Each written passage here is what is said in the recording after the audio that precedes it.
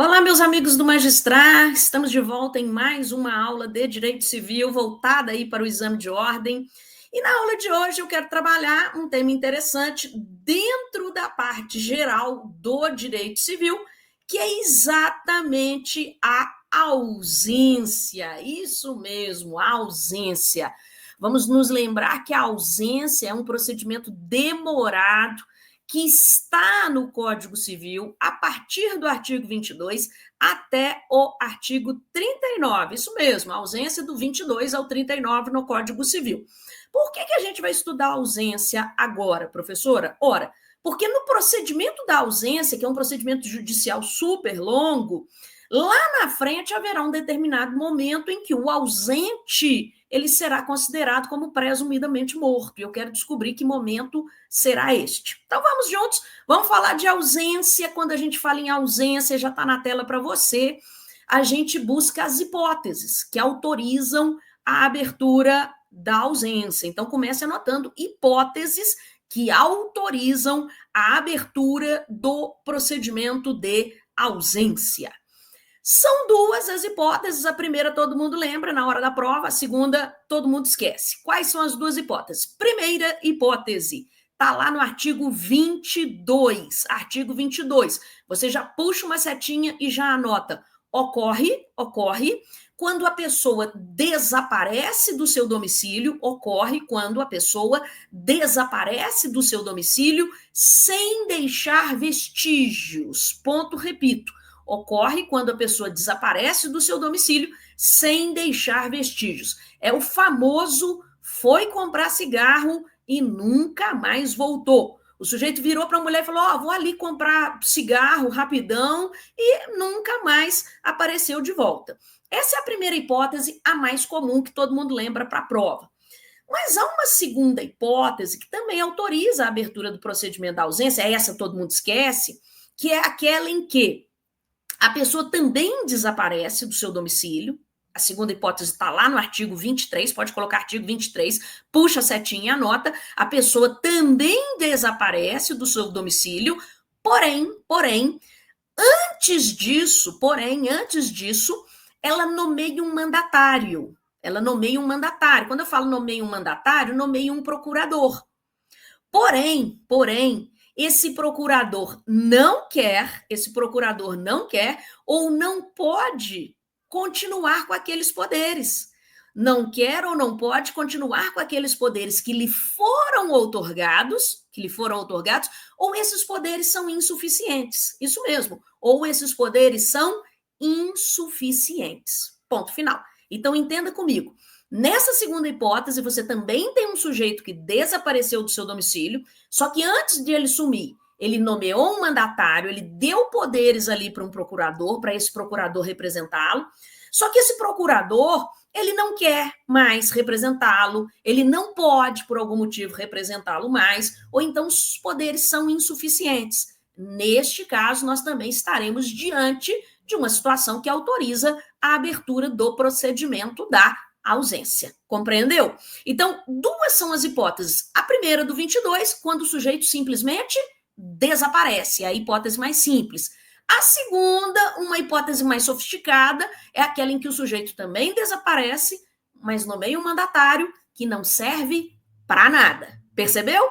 Ótimo.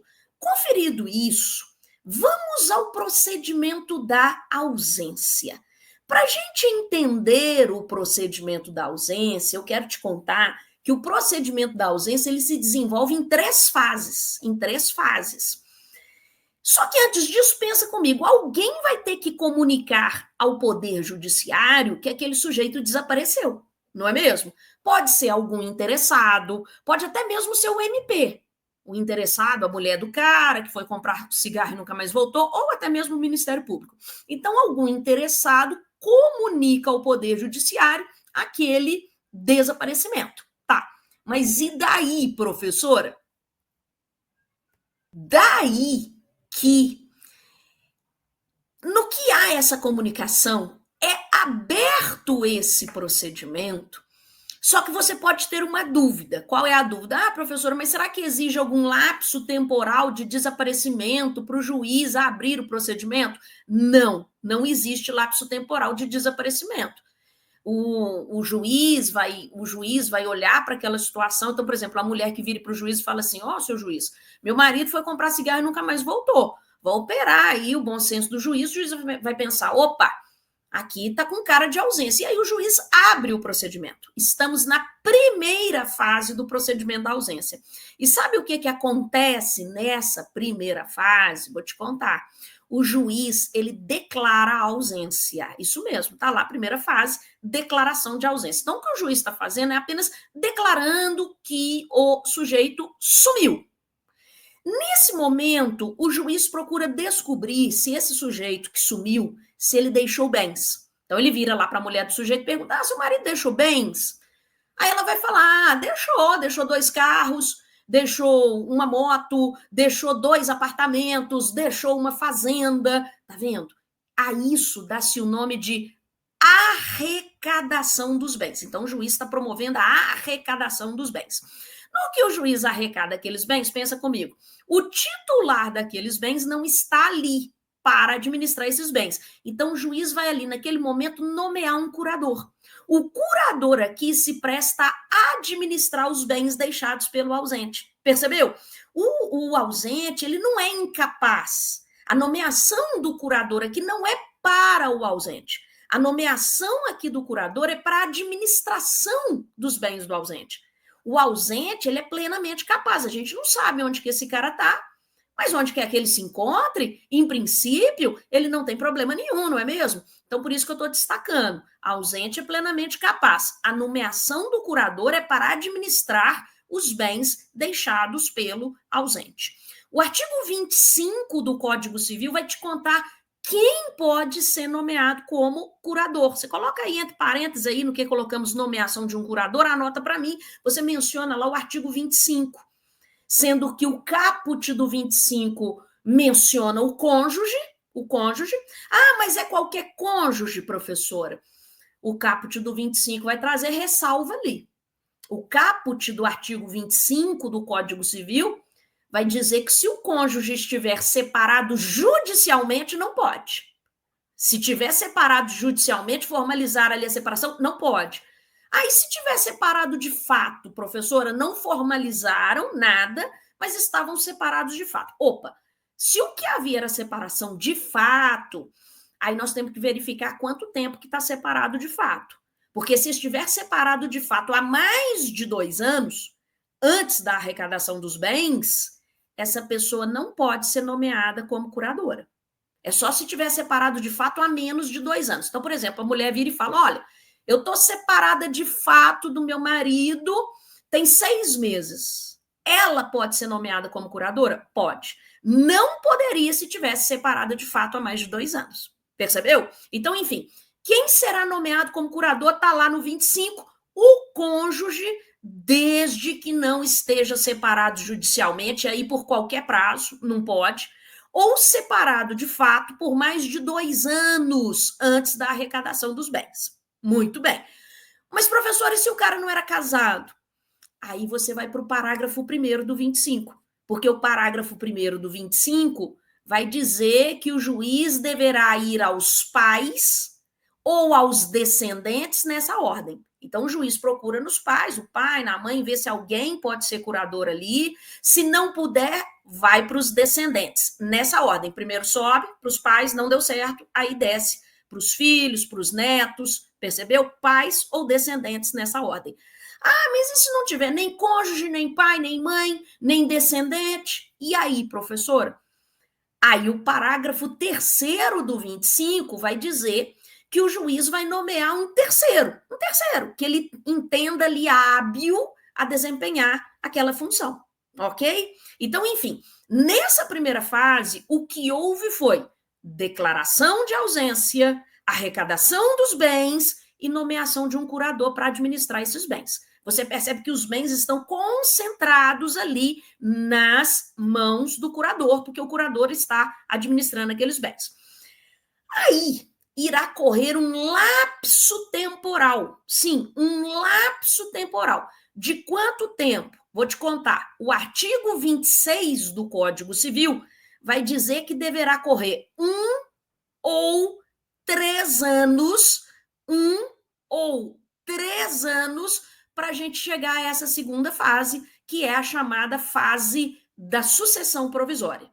Então, irá correr um lapso temporal ali da primeira fase para a segunda fase, que é de 1 ou 3 anos. Mas, professora, afinal de contas, será de 1 ano ou de 3 anos? Depende. 1 ano, se porventura a abertura da ausência se der com base naquela primeira hipótese, com base no simples desaparecimento, aquela hipótese lá do artigo 22. Aí nós vamos considerar o prazo de 1 ano. Agora, pode ser que o procedimento tenha sido aberto com base na segunda hipótese. Qual que é a segunda hipótese mesmo? Do sujeito que sumiu, mas nomeou mandatário, mas o mandatário não serve para nada. Está lá no artigo 23.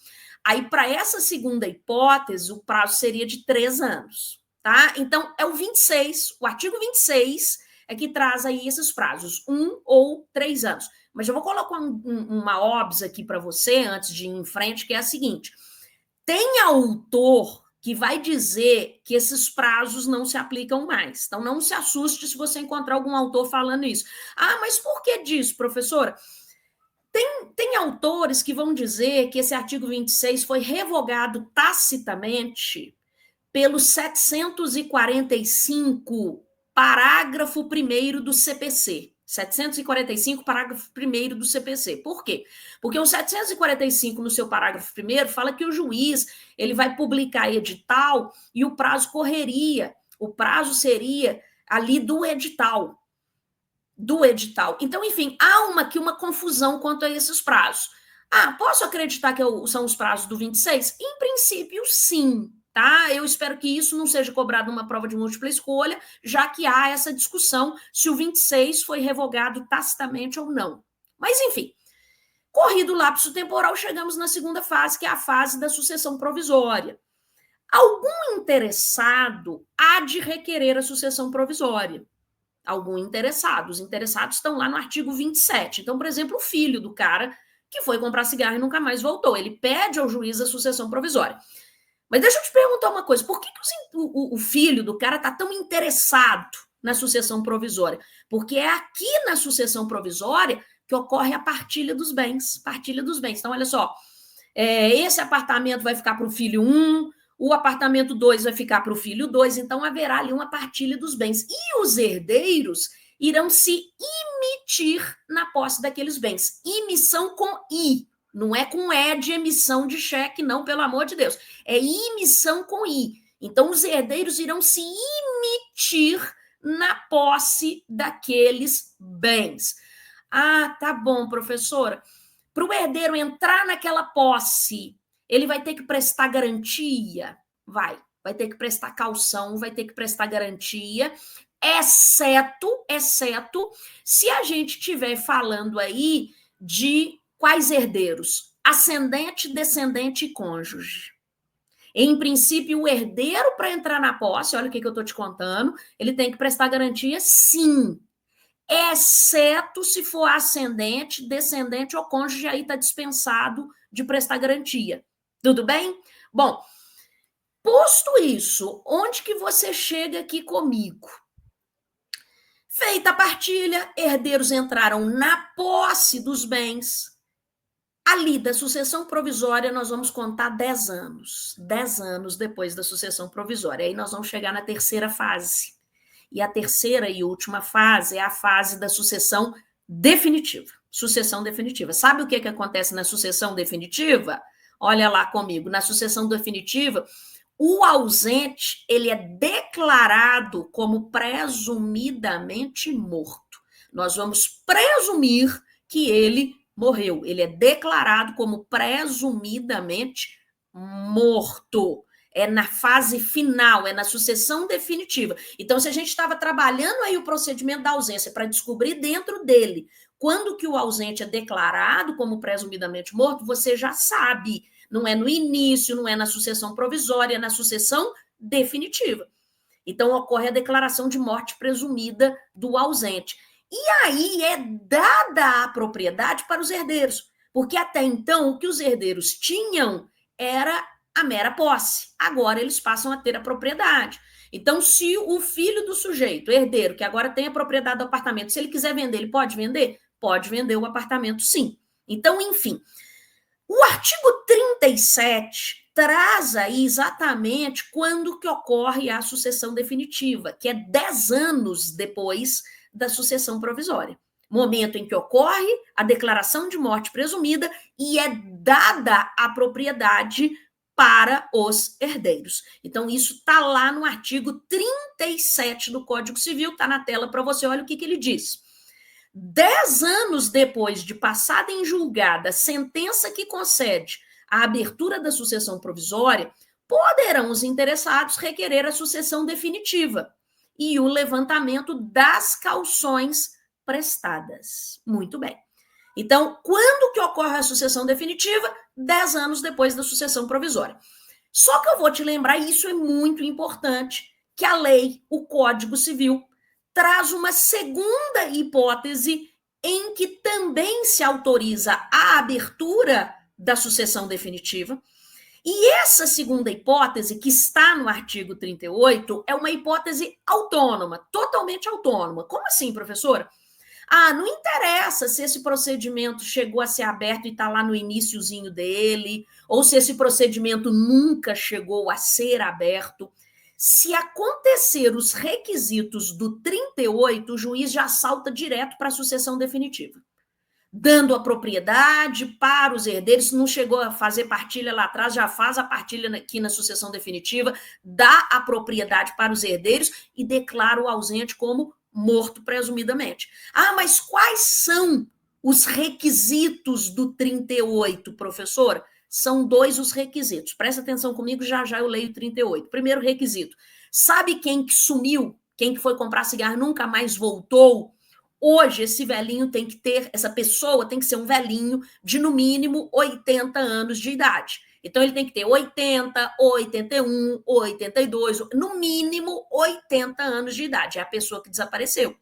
E mais, simultaneamente, tem que ser preenchido um segundo requisito. Qual?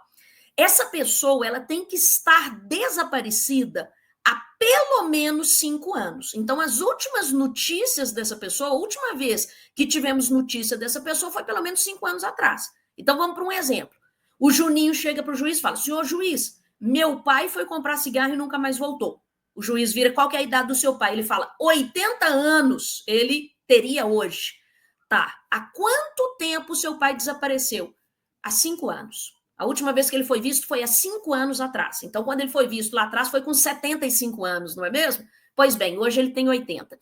Preenchidos esses 2 requisitos, o juiz já vai direto para a sucessão definitiva. Então, olha o que diz o 38, importantíssimo esse 38, olha o que ele diz, está na tela. Pode-se requerer a sucessão definitiva também, provando-se que o ausente conta 80 anos de idade e que de 5 datam as últimas notícias dele. Ok? Então, note que eu preciso dos 2 requisitos do 38. Se você entendeu quando que ocorre a sucessão definitiva, você vai para o artigo 6º comigo. Por quê? Vou até abrir a tela inteira aqui para mim, pelo seguinte. O artigo 6º é aquele artigo que a gente tinha entendido só a primeira parte dele. O artigo 6º diz assim: a existência da pessoa natural termina com a morte. Disso você já sabe. Aí vem lá, ponto e vírgula. Presume-se esta, quanto aos ausentes, nos casos em que a lei autoriza a abertura de sucessão definitiva. Quais são os casos que a lei autoriza a abertura da sucessão definitiva? 37, observando lá o procedimento, 10 anos depois da sucessão provisória, e 38, que é aquela hipótese autônoma em que quem foi comprar cigarro é um velhinho que hoje tenha no mínimo 80 anos e há pelo menos 5 ninguém sabe dele. Ok? Então, quando que ocorre a declaração de morte presumida do ausente? Quando da sucessão definitiva. Guardou? Maravilha. Com isso, você encerrou aqui comigo o papo de ausência, mas a gente não terminou o papo de morte. Por que não, professora? Porque eu quero te lembrar de um instituto que se encontra lá no artigo 8º do Código Civil, que é o Instituto da Comoriência. Vamos falar rapidamente da comoriência. Se você quiser um conceito, eu dito para você.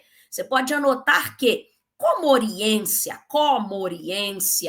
é a presunção, isso mesmo, comoriência é a presunção relativa de simultaneidade de mortes. Comoriência é a presunção relativa de simultaneidade de mortes entre duas ou mais pessoas, que sejam herdeiras, ou beneficiárias entre si. Ponto, repito. Comoriência é a presunção relativa de simultaneidade de mortes entre duas ou mais pessoas, desde que sejam herdeiras ou beneficiárias entre si. Mas como assim, professora? Bom, entenda comigo. Só faz sentido eu querer saber se há um caso de comoriência ali, se eu estiver falando de pelo menos duas pessoas ali que sejam herdeiras entre si. Então, quem que seria herdeira entre si? Por exemplo, marido e mulher, dependendo ali do regime de bens, marido e mulher é herdeiro entre si, pai e filho é herdeiro entre si, não é mesmo? Então, imagine que tenha ocorrido um acidente de carro com o marido e a mulher. Marido e mulher. O marido não tem nem ascendente, nem descendente, por exemplo, só tem irmão. A mulher dele, idem, não tem nem ascendente, nem descendente, só tem irmão. E daí, professora? E daí que por um desses horrores do destino, eles morreram ali.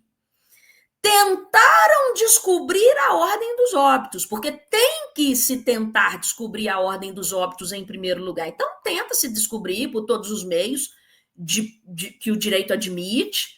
Então, tenta prova pericial, prova testemunhal. Ah, mas e se não conseguir, professora? Somente se a gente não conseguir descobrir a ordem dos óbitos é que a gente deve presumir que aquelas pessoas morreram no mesmo momento. Somente nessa situação de a gente não descobrir a ordem dos óbitos. Aí a gente deve presumir que aquelas pessoas morreram no mesmo momento. E qual é o efeito de aquelas pessoas morrerem no mesmo momento? De eu aplicar a comoriência, essa presunção de morte simultânea? O efeito disso é que um não herda do outro. Então, anota no seu caderno. O efeito da comoriência é que um não herda do outro. Isso mesmo. Se um não herda do outro, pera lá, professora, eles deixaram patrimônio. Sim. E daí? Parte vai para os irmãos do marido e parte vai lá para os irmãos da mulher. Percebeu? Exatamente porque um não herdou do outro. Exatamente porque a gente constatou a comoriência. Mas veja bem, só faz sentido eu querer saber se houve comoriência ou não se eu tiver herdeiros entre si, primeiro ponto importante. E o segundo ponto importante é que, em primeiro lugar, a gente tem que tentar descobrir a ordem dos óbitos. Apenas se a gente não conseguir descobrir a ordem dos óbitos é que a gente parte para essa presunção. Vamos presumir que morreram simultaneamente. E qual que é a consequência disso? Se eles morreram, se eles sucumbiram simultaneamente, um não herdou do outro, transmitindo o seu próprio patrimônio para os seus respectivos herdeiros. Compreendeu? Quando eu falo que a comoriência é uma presunção relativa, eu estou querendo te dizer que é uma presunção que admite prova em sentido contrário. É que as partes podem ali, os interessados, podem ali, naquele caso concreto, envidar esforços para tentar descobrir a ordem dos óbitos, para se aplicar a devida ordem de vocação hereditária. Somente não descobrindo a ordem dos óbitos é que a gente vai presumir que eles morreram no mesmo momento. Ok? Ponto. Mas quando a gente fala em comoriência, só para concluir, a comoriência, a doutrina vai dizer para a gente, ela tem cabimento tanto para a morte real, que é aquela em que há corpo, quanto para a morte presumida. tá? Que é aquela em que não há corpo. Então, você vai fechar essa aula colocando uma OBS no seu cadernão, observação no seu cadernão, que é a seguinte: a comoriência se aplica tanto para a morte real quanto para a morte presumida. Ok? Bom, com essa informação, a gente encerra essa aula em que a gente cuidou do Instituto da Ausência e cuidamos da comoriência. Eu já deixo o meu convite para o nosso próximo encontro, porque a gente continua na nossa próxima aula o estudo da parte geral do direito civil. Um grande abraço e até lá!